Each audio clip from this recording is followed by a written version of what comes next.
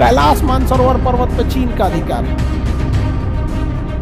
क्या अगर ये कैलाश मानसरोवर लाहौर में रहता तो हमारे प्रधानमंत्री, गृह मंत्री, रक्षा मंत्री या हमारे लोग चुपचाप बैठे रहते? ये आप बताइए कि जिससे भारत ने पंचशील समझौता किया हो, जिसके इतने बड़े आंतरिक मामले में हमने उसका फायदा सहा हो, हमने कुछ नहीं बोला, लेकिन चाइना ने हमला कर दिया और ये एरिया अक्साई चीन कब्जा कर ले गया। शंकर जी हम लोग के, पार्वती जी, कार्तिकेय जी, गणेश जी, हर एक पूजा गणेश जी से चालू होता है।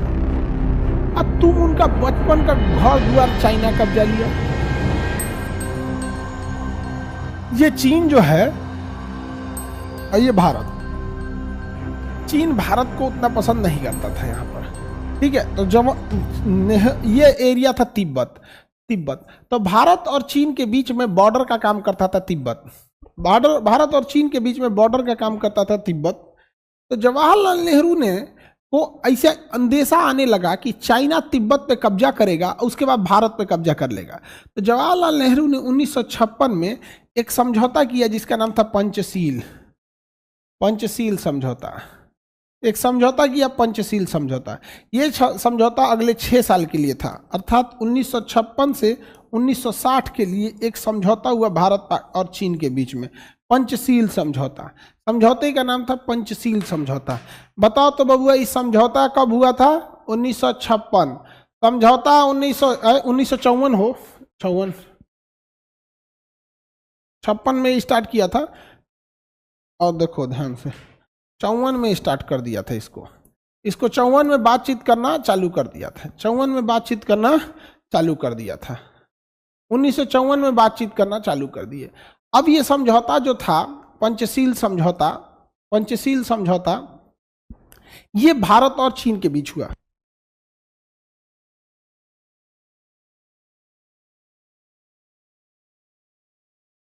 अब ध्यान से देखो, 54 में जब ये समझौता हुआ तो ये समझौता 6 साल के लिए था।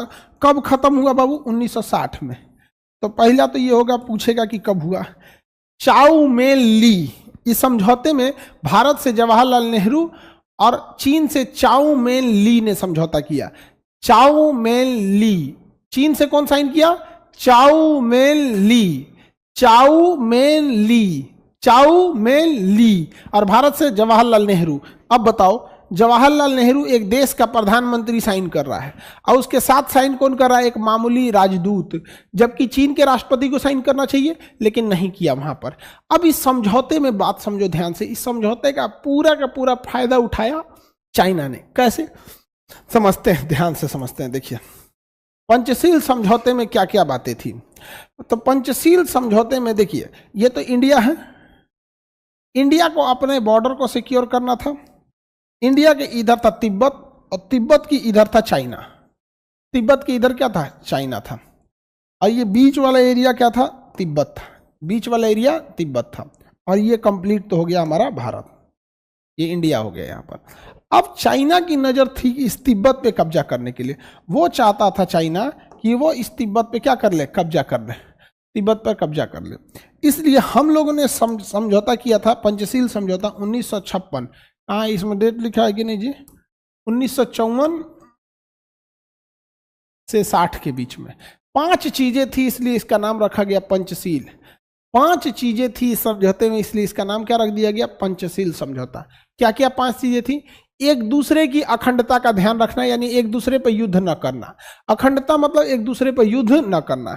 एक दूसरे के आंतरिक मामले में हस्तक्षेप न करना, यानी चाइना अंदर क्या कर रहा है हमको कोई मतलब नहीं है, और भारत अपने अंदर क्या कर रहा है चाइना को मतलब नहीं है। बहुत अच्छा समझौता था, लेकिन टाइमिंग देखिए चाइना ने कितना दगाबाजी किया। तो गाना है ना कि दगाबाज रे, इसे बहुत बड़ा दगाबाज था चाइना। तीसरा था, सबसे महत्वपूर्ण बात यह थी कि एक दूसरे पर युद्ध नहीं करना, अंतर्राष्ट्रीय मंच पर एक दूसरे का साथ देना। जैसे कश्मीर मुद्दे पर चाइना हमें साथ देता और तिब्बत के मुद्दे पर हम चाइना का साथ देते हैं। एक दूसरे का समान लाभ पहुंचाना, यानी अगर हम चाइना का लाभ पहुंचा सकते हैं या चाइना हमारा लाभ पहुंचा सकता है तो ठीक है। लेकिन अगर आप गौर से देखिएगा तो इसका सबसे महत्वपूर्ण बात था कि हम एक दूसरे पर युद्ध नहीं करना, एक दूसरे पर युद्ध नहीं करना।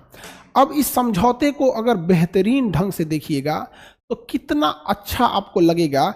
इतना खतरनाक था ये पंचशील समझौता। जवाहरलाल नेहरू चाहते थे कि पंचशील समझौता 20 सालों के लिए हो, लेकिन चाइना ने इसे महज 6 साल के लिए पंचशील समझौता किया और पंचशील समझौता 1960 में समाप्त हो गया। और उससे पहले देखो, पंचशील समझौता 1954 से लागू होता है, 1954 से लागू होता है और खत्म हो जाता है 1960 में। और इसी बीच आता है यहाँ 1959 आता है। और इसी टाइम 1959 में पंचशील समझौते का फायदा उठा के चाइना ने तिब्बत पर कब्जा कर लिया। चाइना ने तिब्बत पर कब्जा कर लिया। 1959 में चाइना ने किस पर कब्जा कर लिया? तिब्बत पर कब्जा कर लिया। एक बात बताओ, भारत चूंकि पंचशील समझौता से घिरा हुआ था और कहा था कि अंतर्राष्ट्रीय मामले में एक दूसरे का सहयोग करना, तो हम अंतर्राष्ट्रीय मामले में चीन का सहयोग किए कि नहीं? चीन सही है। क्यों? क्योंकि हम लोग पंचशील समझौता किए थे। और एक दूसरे की अखंडता का ध्यान रखना, तो चाइना कह रहा है ये मेरा हिस्सा है, हमको कुछ करने दो। दूसरा, एक दूसरे के आंतरिक मामले में हस्तक्षेप न करना। हम लोगों ने कुछ नहीं किया, टुकुर टुकुर किया, टुकुर टुकुर करते रह गए। चाइना ने कब्जा करके लेके चल गया। पंचशील समझौता में चाइना तिब्बत पे कब्जा करके रह गया। तिब्बत से भाग के आए दलाई लामा। तिब्बत से भाग के आए दलाई लामा। हम लोग ने दलाई लामा का शरण दिया यहां पर। अब ध्यान दो, 1960 में जैसे ही पंचशील समझौता खत्म होता है, चाइना ने 1962 में भारत पर आक्रमण कर दिया। भारत पर क्या कर दिया? आक्रमण कर दिया। जवाहरलाल नेहरू को लगा कि कोई इंसान इतना दोगला कैसे हो सकता है।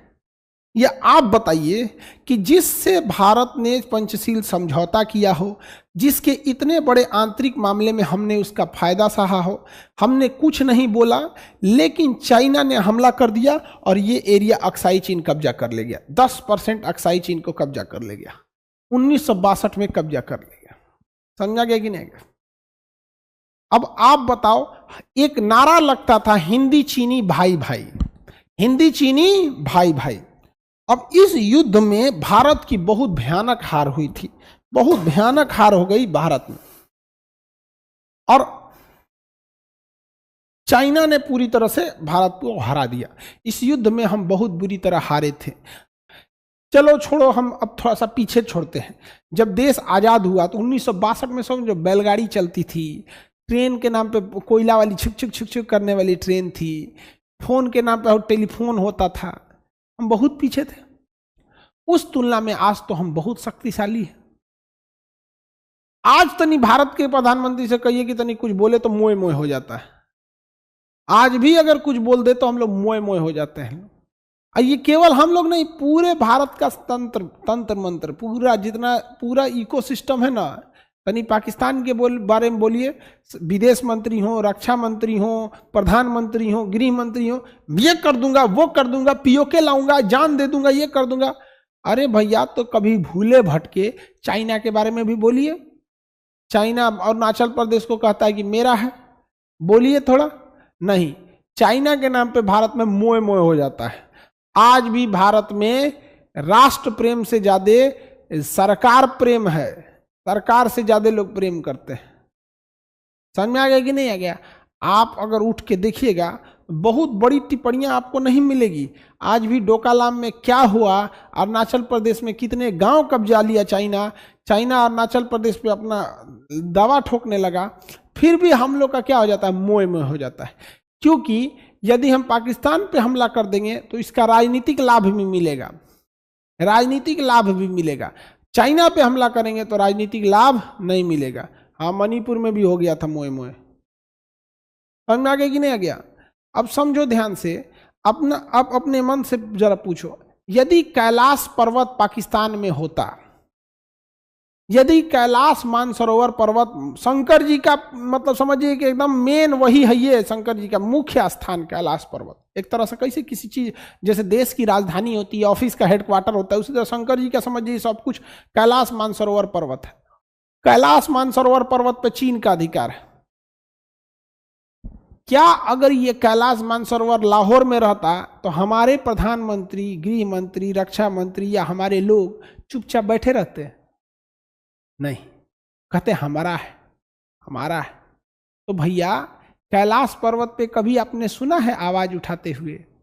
कि चाइना का कैलाश पर्वत कैसे हो गया? रे छोटा, शंकर जी हम लोग के, पार्वती जी, कार्तिकेय जी, गणेश जी, हर एक पूजा गणेश जी से चालू होता है।